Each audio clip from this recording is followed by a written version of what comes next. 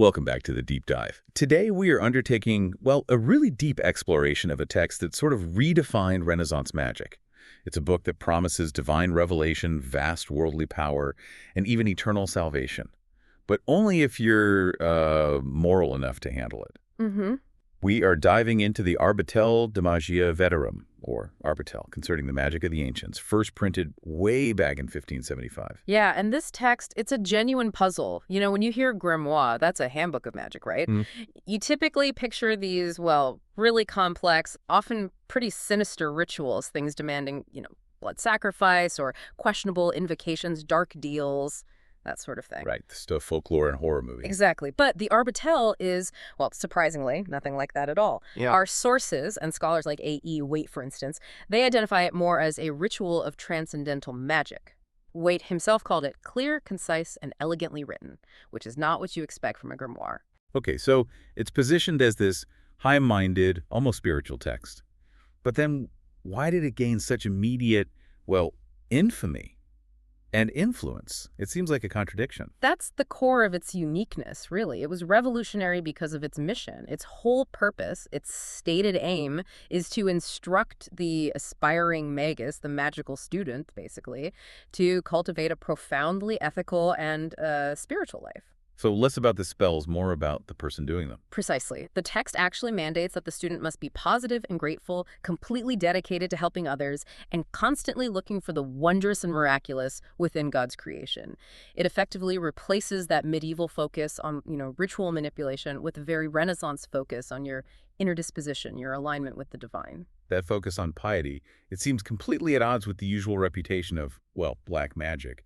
Yet you're saying upon publication, this thing immediately became a flashpoint. Oh, absolutely. Our sources note it attracted some of the finest minds of the time. These were figures who genuinely saw it as containing real spiritual knowledge. People were drawn to it. But simultaneously, it was vigorously praised and condemned. The polarization was instant. You had serious scholars engaging with it and church authorities trying to shut it down. Why such a strong divided reaction? Well, that polarization is really key to understanding its place in history, I think. It was praised by figures interested in things like angel magic and cosmology. Think of someone like John Dee, the famous English scholar. He specifically mentioned it in 1583, clearly taking it seriously. Wow, John Dee, okay. Right. But then it was condemned almost straight away by the guardians of orthodoxy, people like Johann Weyer, who saw it as heretical, dangerous. Its very clarity, its systematic nature, actually made it more dangerous in the eyes of the censors.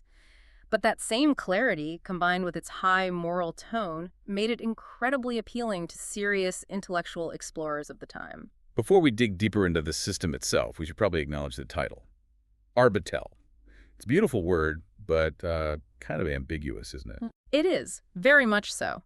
The meaning has never been definitively pinned down. There are theories, of course. One, quite compelling one, put forward by Adolf Jacobi, suggests it derives from Hebrew.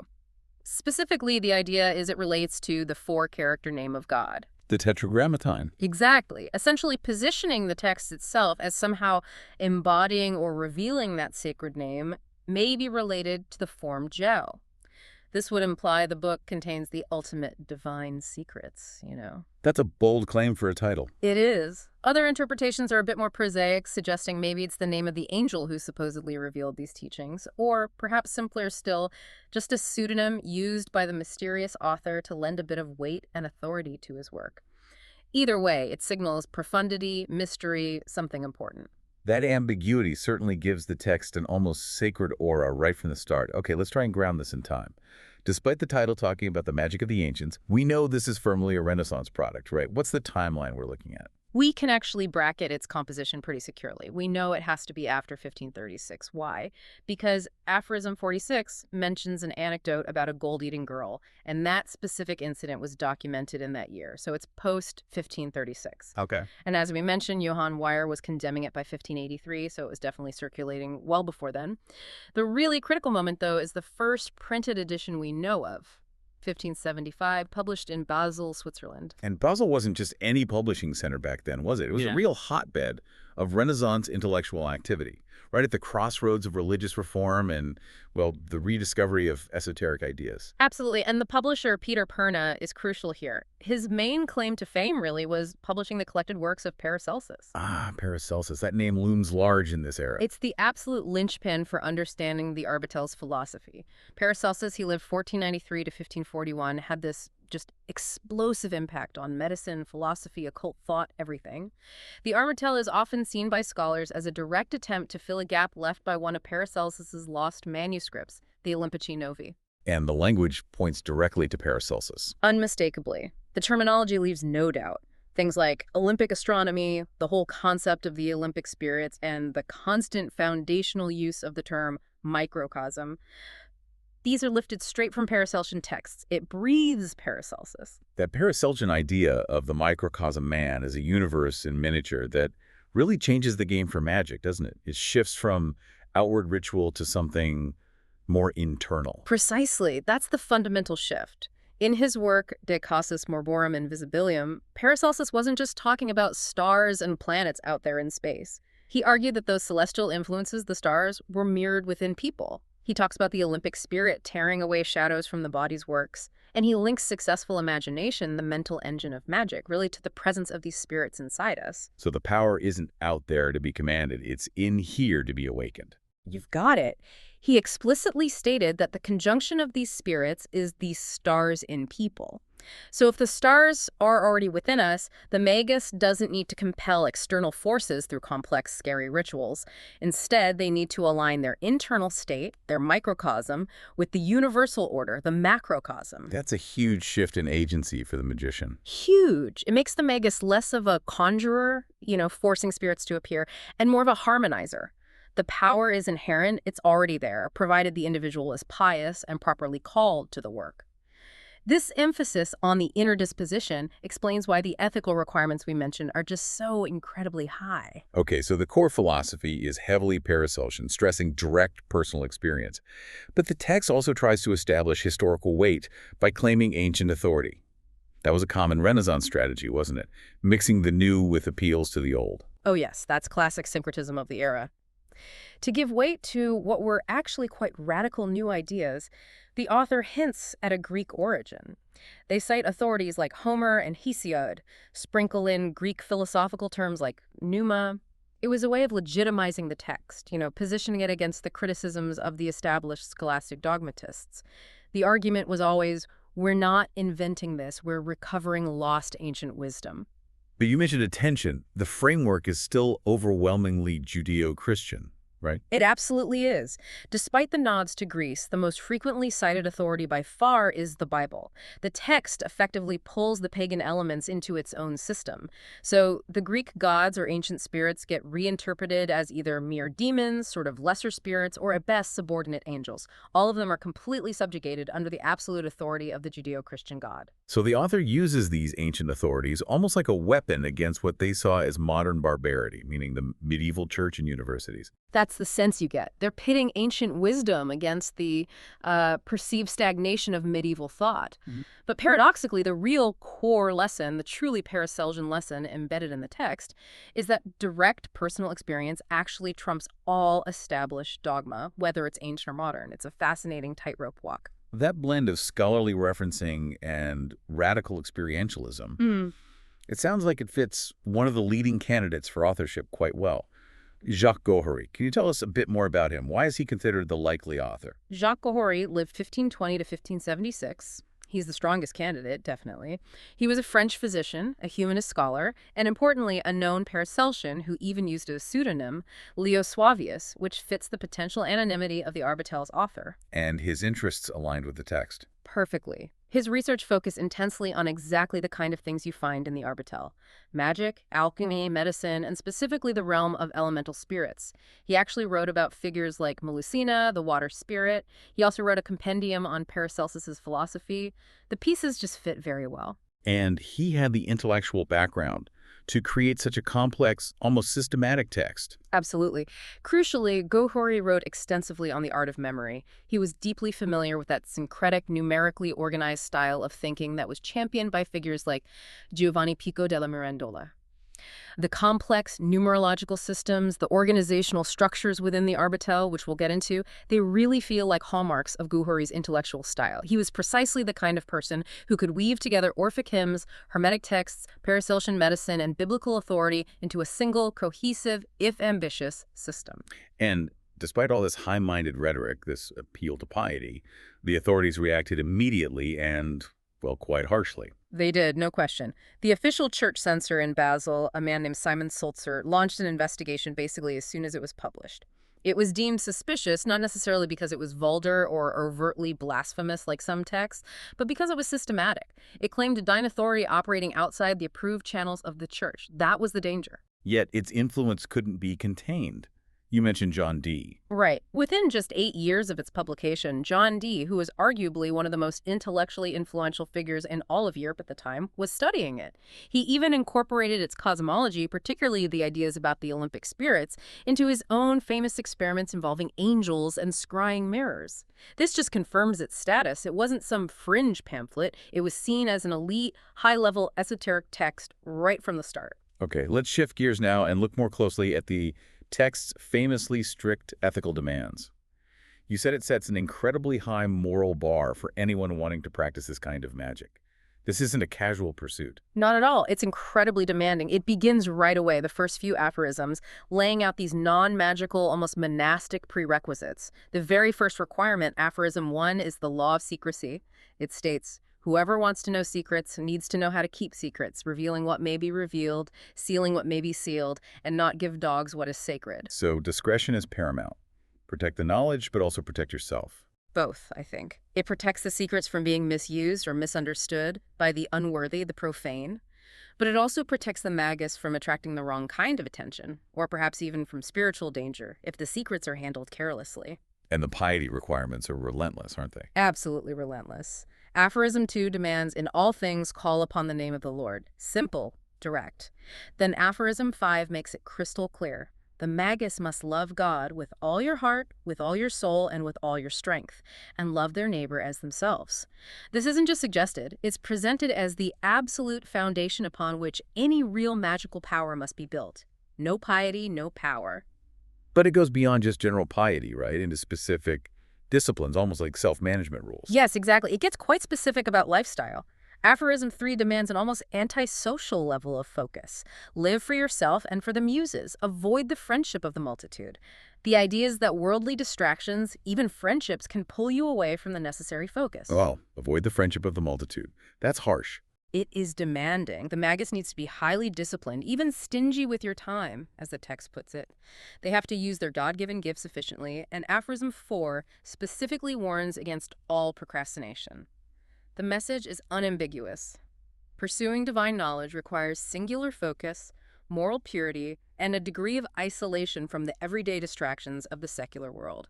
It's a serious calling. That's already a monumental task for anyone. But then the text adds another layer, a huge philosophical barrier. You can't just choose to be a magus. You have to be born into it, this idea of predestination. It's like the ultimate gatekeeping mechanism. It really is. This is one of the most distinctive and, frankly, challenging philosophical points in the Arbatel, highlighted particularly in aphorisms 17 and 42. The text asserts quite bluntly that people are predisposed right from birth, predestinated to this kind of work, from his mother's womb, for certain callings in life, and magic is one of those callings. It's framed almost like a divine office, not a trade you can just learn or a hobby you can pick up. So if you aren't called, if you weren't predestinated, trying to practice this magic isn't just going to fail, it's actively dangerous. That's exactly the warning. The text uses the term infelix, the uncalled, the unhappy one, and issues a severe warning. If such a person tries to force their way into this office, especially if they aim for the highest types of magic described, they won't just be ineffective. They risk serious harm in both body and soul. What kind of harm are we talking about? The text raises some terrifying possibilities. It speaks of being deprived of reason, essentially driven mad, or even, in the most dire cases, being delivered entirely over to Satan. This strong insistence on a divine calling, and the explicit risk of mental and spiritual ruin for the ambitious but uncalled, that's what really sets the Arbatel apart. It clearly positions itself as a text dedicated to the argy, the practice of working with divine authority rather than just goetia, the manipulation of lower spirits through sheer willpower or ritual. This incredibly high bar, the piety, the diligence, the humility, and then this layer of predestination. It makes the magus sound less like a sorcerer summoning demons and more like, well, like an ascetic scholar who's been given a special permission slip from God. That's a great way to put it, a special mandate. Now, let's explore the scope of that mandate by moving into the structural worldview the Arbatel presents. It was incredibly ambitious, wasn't it? It outlined 9 complete volumes of magic. 9 volumes, that's huge. It is, and we absolutely have to keep reminding ourselves, and you, the listener, that the text published in 1575 is only the first volume. It's called the Isago, which basically means the Book of Principles or the Introduction. The other 8 volumes were announced, but almost certainly never actually written. They represent this kind of grand, utopian blueprint for acquiring total cosmic knowledge. Let's just list those proposed 8 volumes, because the hierarchy of knowledge they suggest is fascinating in itself. It shows the author's ambition. It really does. They seem to proceed logically from the internal world of the magus outwards and upwards towards the divine. So after the Isagos, the plan was Volume 2, Microcosmic Magic dealing with the inner world of man. Volume 3, Olympic Magic, which is the core of what we actually have in the Isagos. Okay. Then Volume 4 was supposed to be the magic of Hesiod and Homer, focusing specifically on chalidemons, which are described as good spirits. Volume 5 would cover Roman and Sibylline magic. Interestingly, this is specifically noted as greatly distinguished magic, and it's said to include the teachings of the Druids as well. Roman, Sibylline, and Druidic magic. Why lump those together and why call it greatly distinguished? That's a really interesting point. The inclusion of the Druids alongside Roman traditions and Sibylline prophecy suggests an attempt to weave together Northern European indigenous wisdom, classical Roman practices, and ancient prophetic traditions. Calling it greatly distinguished likely implies that this tradition was seen as containing particularly deep, perhaps officially sanctioned or historically validated, ancient knowledge, things like state oracles, prophecies about empires, the wisdom of the early European priesthoods. It positions it as a crucial link between the revered classical past and the magus's present. Makes sense. And the final volumes move towards even higher, more abstract sciences. Exactly. Volume 6 was planned as Pythagorean magic, covering the arts, medicine, and alchemy, the more intellectual, philosophical applications. Volume 7, the magic of Apollonius, focused specifically on gaining power over hostile spirits, so defense against the negative. Volume 8, Hermetic or Egyptian magic, dealing with the revelation of temple gods and the wisdom of ancient Egyptian priests tapping into that mystique. And the final one. Volume 9 was prophetic magic, described as depending only on the word of God. Pure divine inspiration. The whole structure maps out this conscious ascent from practical, even elemental mastery, right up to pure, direct communion with the divine. It's an entire curriculum for becoming a godlike being, essentially. Even though we only have the Isagoge, it does give us a glimpse into the overall structure of creation as the author saw it. That helps understand where the magus fits in the grand cosmic scheme, right? Yes, Aphorism 9 provides a pretty clear map of the whole visible and invisible structure of reality. At the absolute top, undisputed, is God. Directly beneath God are the spiritual creatures, which means the angels. Then us. Then us, the corporeal creatures, humanity. Below humanity comes nature and natural things, the physical world. Then, importantly, the text places what it calls a long interval, a clear separation or gap. A gap before what? Before the next tier down. The rebellious spirits, those fallen angels reserved for final judgment. And alongside them, or perhaps below them, the agents of punishment in hell. And right at the bottom of this hierarchy are the elemental inhabitants, beings like the pygmies or gnomes. So that hierarchy clearly places humanity, the magus, much closer to God and the angels than to any demonic or infernal realms. Exactly. It reinforces the idea that the magic being described is fundamentally divine or angelic in nature, not demonic. The magus is operating up here, near the top, not down there. Okay, now the central feature of the Olympic magic section, the part we actually have details on, is the introduction of these 7 Olympic governors. Who or what are they? These are the core administrators of the world, according to the Arbatel. They are described as spirit beings, and they're named after the 7 traditional astrological planets. You have Eritron for Saturn, Bether for Jupiter, Phaleg for Mars, Ak for the Sun, Hagath for Venus, Ophiel for Mercury, and Ful for the Moon. So planetary spirits. Essentially, yes. They are presented as the universe's managers. Their primary duty is to decide fate and to administer accidents of fate. So they govern the unfolding of events in the world. But crucially, and this is repeated, they can only act in as much as God agrees and permits. They are powerful instruments, yes, but they are not independent deities. They're always subject to God's will. And the text gives them this vast historical scale to operate on. Each one governs for 490 years. That's incredible. It is. It creates this comprehensive, cyclical view of history. The idea is that the dominant nature of any given age is determined by which governor is currently presiding. The text even provides a historical breakdown. For example, it says Bether's, Jupiter's administration began around 60 BC, Phaleg, Mars, took over in 430 AD, Och, Sun, reigned until 1410, and then Hagith, Venus, began her reign in 1410 and was scheduled to rule up until 1900. So when the Arbatel was published in 1575, The world was operating under the influence of Hagith, the spirit of Venus, which might imply an age focused on arts, beauty, love, perhaps luxury and pleasure, depending on how you interpret Venusian influence. and collectively these 7 governors manage a huge number of provinces. Is that the right term? Yes, Olympic provinces. They administer 196 of them in total. And that number, 196, isn't just pulled out of thin air. It's derived from this specific numerical progression: 49 plus 42 plus 35 plus 28 plus 21 plus 14 plus 7. Which do? It's a pattern based on multiples of 7, decreasing. It resolves to 4 times 7 times 7. 4 by 49 equals 196. This sevenfold mathematical symmetry is classic Renaissance intellectual architecture. You see similar things in Pico della Mirandola, trying to find the underlying numerical harmony in creation. This structure basically gives the Magus a map of the universe, suggesting that even the seemingly chaotic forces of fate are subject to this beautiful divine mathematical order, an order the properly prepared Magus can understand and, to some extent, interact with. That mathematical elegance would definitely appeal to the scholarly, ordered mind of that period. Okay, let's move into the practical mechanics. What exactly can these governors do? And crucially, how does the Magus actually engage with them? Aphorism 17 gets into the specifics of their powers and abilities, but again, always emphasizing they are instruments of God's will. They only act with divine permission. Let's maybe look at 3 examples just to highlight the range of their portfolios. Okay, let's start with Eratron, the governor associated with Saturn. What's his domain? Sounds kind of gloomy. Well, Saturn governs the slow, long-term, enduring forces. So Eratron grants things like incredible longevity, a long life. His powers are quite geological and transformational. He can apparently turn animals or plants into stone instantly. And famously, he has power over treasure. He can convert it into coal and then back again. So control over earthly permanence, wealth hidden in the earth. And he deals with spirits, too. Yes, he's said to give familiars helpful spirits, and he's the one who conciliates pygmies, the hairy men, meaning the elemental earth spirits, making them cooperative with the Magus. He essentially governs matters related to the past, tradition, deep earth, and longevity. Okay, quite specific. Then we have Ak, the solar governor. He sounds like the complete opposite, all about life and wealth. Oak is definitely the solar king figure. He governs light, health, vitality, and gold. He supposedly grants an astonishing 600 years of excellent health, plus profound wisdom. He teaches perfect medicine.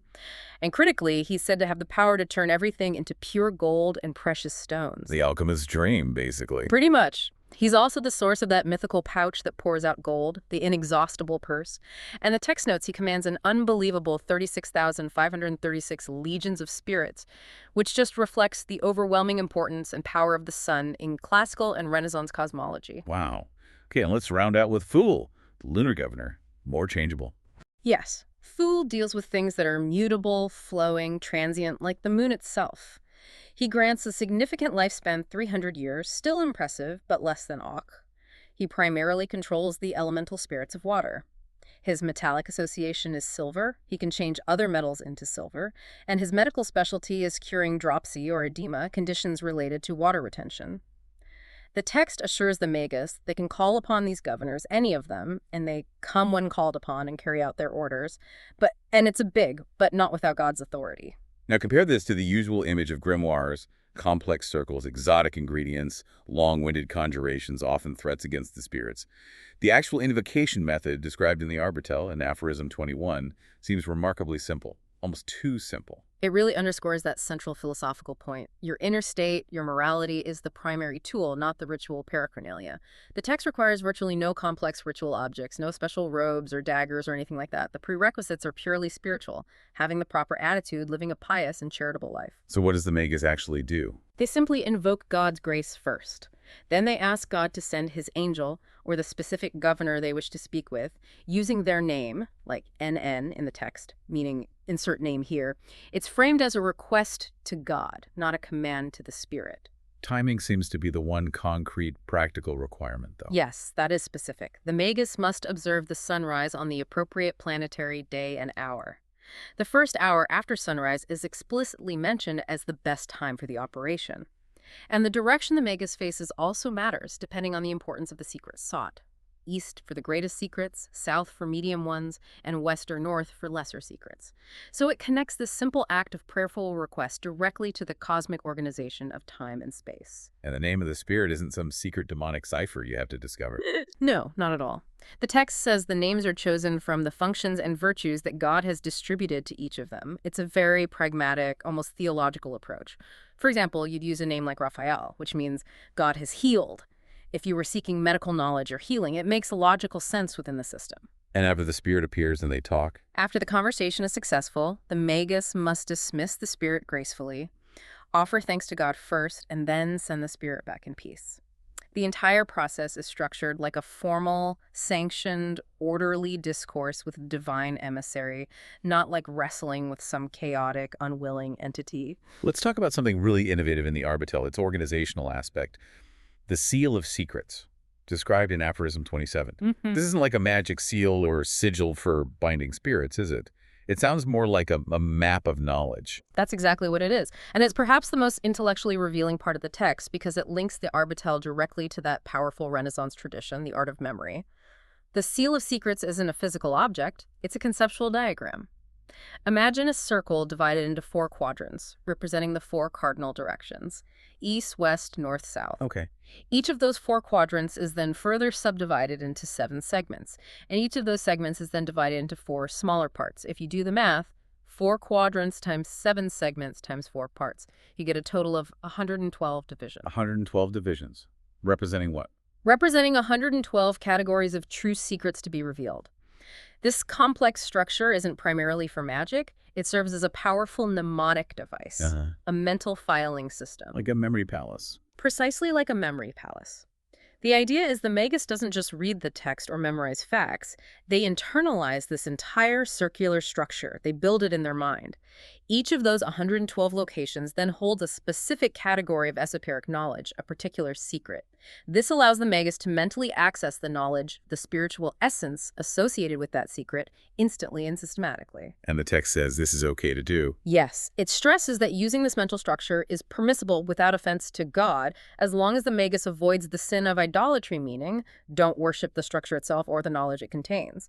This systematic, internalized understanding of wisdom is presented as being superior to relying solely on external rituals or physical seals. So the ultimate lesson seems to be that properly organized, internalized knowledge, guided by faith and piety, is the greatest magical tool you can possess. Now let's look at the actual goals themselves, the 21 secrets that the magus is supposedly seeking through this system. They seem to cover the full hierarchy of human aspiration, from the incredibly sacred down to the surprisingly mundane. They really do.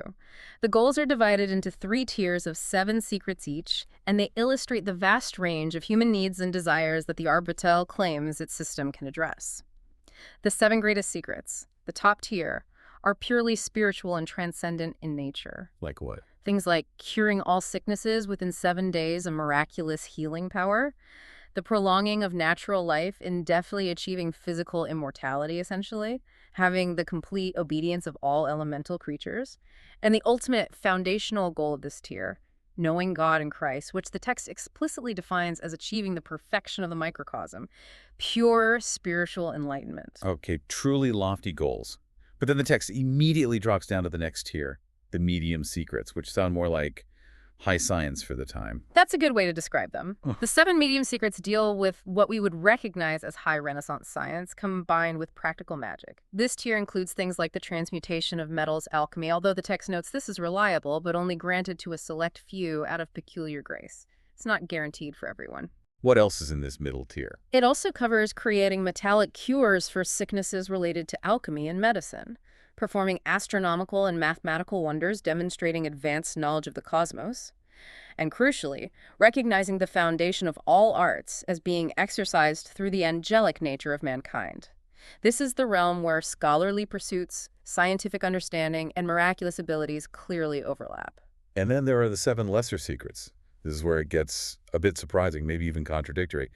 The text demands the magus avoid the friendship of the multitude, yet it also seems to promise success in very worldly affairs, like commerce. This is often the point that generates the most discussion and seems most contradictory. The lesser secrets are almost entirely focused on achieving material success and worldly fulfillment. Things like acquiring wealth energetically and honestly, ascending to dignities and honors, whether that's in the military or civilian life, excelling as a good head of a household, or, yes, becoming an industrious and fortunate merchant. A fortunate merchant, how does that fit with piety and avoiding the multitude? It's a tension. The final lesser secret is achieving academic mastery, excelling as a theologian, philosopher, mathematician, or physician. The text seems to be attempting to sanctify all beneficial human endeavor. The argument, implicitly, is that success in any field, even something like commerce, when guided by God's principles and pursued ethically, can be seen as a form of beneficial magic, a manifestation of divine blessing in the world. But it does sit oddly with the ascetic demands elsewhere. The text also brings the reader into this detailed world of magical creatures, particularly the ones said to inhabit the 4 elements. This sounds very much like Paracelsus again, his famous work on nymphs and salamanders and so on. Yes, the influence is undeniable. The creatures mentioned, the pygmies or gnomes of the earth, the sagani, lemurs, scrats also associated with earth, the nymphs of water, dryads of trees, sylphs of air are categorized as these elemental inhabitants. A key distinction that Paracelsus made, and which seems adopted here, is that many of these creatures are considered mortal. Unlike angels, they don't have immortal souls naturally. And that's why they might seek out humans. Exactly. Because they are mortal, they might seek a union with a human through marriage, for example, as a way to acquire an immortal soul. This is the basis of legends like that of Melusina, the water spirit who married a mortal knight hoping for salvation. The Arbatel implies the magus must be able to conciliate these creatures, maybe even command them, but always as instruments of the higher divine governors, never as equals or objects of worship. That blend is so unique, the sublime goal of knowing God, right alongside the very practical, almost folkloric task of, conciliating earth-dwelling gnomes. But the constant moral underpinning, that need for piety and right intention, is reinforced by cautionary tales, isn't it? Reminders not to overstep your divinely appointed role. Absolutely. The anecdote about King Midas, which appears in Aphorism 46, serves as the ultimate cautionary tale against temporal greed and acting outside your calling. As the story goes, Midas, driven by ambition, attracted a spirit that gave him the power to turn everything he touched into gold. The result? He nearly starved because even his food turned to metal. So the lesson isn't just be careful what you wish for. It's more specific than that in the Arbatel's context. The lesson is that Midas acted beyond the office he was given by fate or God. He wasn't called to that specific kind of material transformation magic. He essentially reached for a power that wasn't meant for him. He confused a lesser secret, acquiring wealth perhaps, with the power of the great secrets, mistaking earthly power for true spiritual fulfillment or divine mandate. Precisely. The text warns the reader explicitly not to be vexed by the spirits of the golden mountains of utopia. What a fantastic phrase. It perfectly captures the peril of chasing wealth purely for its own sake, driven by fantasy and greed. It's a stark reminder. If you seek power beyond your predestination, even if spirits seem to grant it to you, you risk absolute ruin and humiliation in the end. Your success will be hollow and ultimately destructive. This brings us right back to that foundational ethical premise running through the entire text.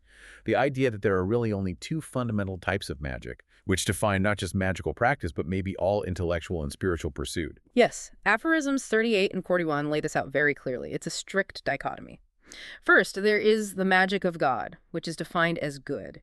This is the power given to the creatures of light, and it always leads to eternal good. The text even says this good magic operates when God forces the princes of darkness themselves to do good, acting against their own evil intentions. So God's magic can even work through unwilling evil agents. And And the counterpoint, the dangerous alternative. That is Keiko magic, or the magic of darkness, defined as evil. This is the power given to the creatures of darkness. It's used when God, for his own reasons, permits the wicked to be seduced and ultimately betrayed. The entire purpose of Keiko magic, according to the Arbatel, is purely temporal ruin. It focuses on indulging in material and unrestrained pleasures, and involves scorning God's law. So the Cautionary, the evil magician, maybe like Simon Magus from the Bible, who the text mentions they might achieve impressive results in the world. They might. The text acknowledges that. They might achieve tangible successes, gain wealth, power, influence in the physical world, but those results are inherently limited, they are transitory, and the ultimate price is eternal damnation. It's a bad bargain, essentially. The final warning about how the Cautionary operates, or rather how Satan operates through them, is particularly vivid, isn't it? It's quite psychologically astute. It really is. It's a profound warning about temptation. The text explains that Satan doesn't just show up immediately as some obvious monster. Instead, he ensnares his prey with a noose of desires. He often starts by favoring them, lifting them up to great heights, granting them worldly success precisely so that they will fall all the harder in the end. It's a theology of seduction, emphasizing that the slow, steady ethical path is the only one that is truly safe and ultimately powerful. So even though the published text we have just ends with the Iskosh, the Book of Principles, the influence of the Arbatel was really just beginning at that point in 1575. The single, relatively short volume went on to profoundly shape subsequent Western esoteric thought for centuries.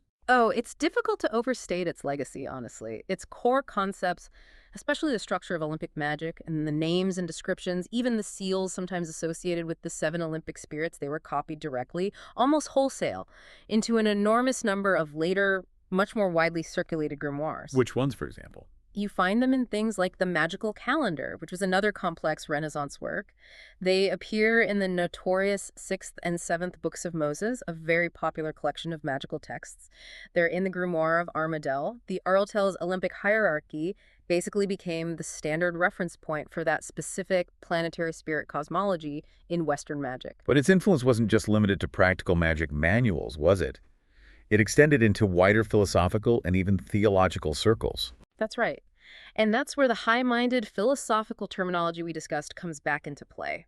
The Arbatel had a significant influence on the early proponents of what became known as Christian theosophy thinkers like Valentin Weigel and especially Jakob Böhme. Böhme himself might have actually derived the term theosophy, meaning divine wisdom, or the knowledge of God directly from its use in the Arbatel. And it also seems to have provided a crucial term for the study of humanity's place in the cosmos. Exactly. The Arbatel is often cited as one of the very first modern texts to use the specific term anthroposophia. That means, roughly, the wisdom or knowledge of man, particularly in relation to divine and cosmic powers. That term was later picked up by the occult philosopher Thomas Vaughan in the 17th century, and then, much, much later, it became absolutely central to the complex spiritual philosophy developed by Rudolf Steiner in the early 20th century. So this one little book from 1575 ended up defining key vocabulary and the cosmological structure for literally centuries of Western esoteric thought that followed. Incredible reach. Now, the final teaching of the Iskosh, the very last aphorism 49, seems to circle right back to the simplest yet most profound principle, grounding all of this immense complexity we've discussed. It really does. It strips everything back down to 2 absolute foundational statements. First, all good ultimately comes from one God, period. And second, all evil ultimately comes from one sin. And that sin is defined simply as disobedience to the will and commandments of God. That's the ultimate ethical framework. Everything boils down to that choice, obedience or disobedience. And therefore, the true beginning of all genuinely beneficial magic isn't learning rituals. It's not acquiring secret knowledge. It's not even having power over spirits. It's simple obedience to God. That's the conclusion. The fear of the Lord is the beginning of wisdom. That famous proverb is quoted. And the text argues that everything the true magus seeks, the ministry of angels, the guidance of the Holy Spirit, access to the inexhaustible treasures of God, all of it follows naturally from that state of pious obedience. The text concludes by explicitly dividing all intellectual and spiritual pursuit into 2 camps. The sciences of good, which it calls theosophy, knowledge of God, and anthroposophia, knowledge of man's divine potential, and the sciences of evil. And what are the sciences of evil? Those are defined as kakosophy, which would mean the knowledge or wisdom of evil, and kakademony, the study or invocation of dark spirits. And crucially, it lumps idolatry and even atheism into this category of evil sciences. So it seems the field of study itself isn't inherently the issue. It's the intent behind it, and whether or not one maintains that adherence to divine counsel, that fear of the Lord. Which raises a really critical question for us today, doesn't it? We operate in a largely secular world, driven by incredibly rapid technological advancement. If knowledge is power, as the saying goes, and if the goal of cacosophy, as the Arbatel frames it, is to encourage us to reject divine counsel in favor of unchecked ambition, what contemporary fields or studies, even those that seem secularly beneficial on the surface, might risk straying into that territory of cacosophy? That's a fascinating and quite challenging question to apply today. If we think about fields that grant humans unprecedented, almost godlike power, things like advanced genetic engineering, perhaps certain aspects of global high finance, or the development of truly autonomous artificial intelligence. Disciplines where human beings are gaining the power to reshape life, economies, even consciousness itself. The risk, from an Arbatel perspective, isn't in the knowledge itself. It lies in how we proceed. Do we proceed with a kind of humility, piety, and sense of responsibility, maybe even a sense of predestination, or calling that the Arbatel mandates for its magus? Oh, Or do we proceed with unchecked will, intellectual arrogance, driven purely by ambition or profit, effectively losing the fear of God, as text would put it? Do we fall into the temptation of pursuing temporal, material success and power for its own sake, serving only the self, or perhaps serving forces we don't fully understand? That, I think, is where the Arbitel's warning about cacosophy might resonate today, urging ethical reflection even in our most cutting-edge, seemingly secular pursuits. that's a really powerful thought to end on. It challenges us to consider the deep ethical dimension embedded within even our most modern scientific and technological endeavors. Thank you so much for guiding us through this incredibly rich and complex deep dive into the Arbatel de Magia Veterum. It's been fascinating. It was my pleasure. A truly remarkable text. Goodbye.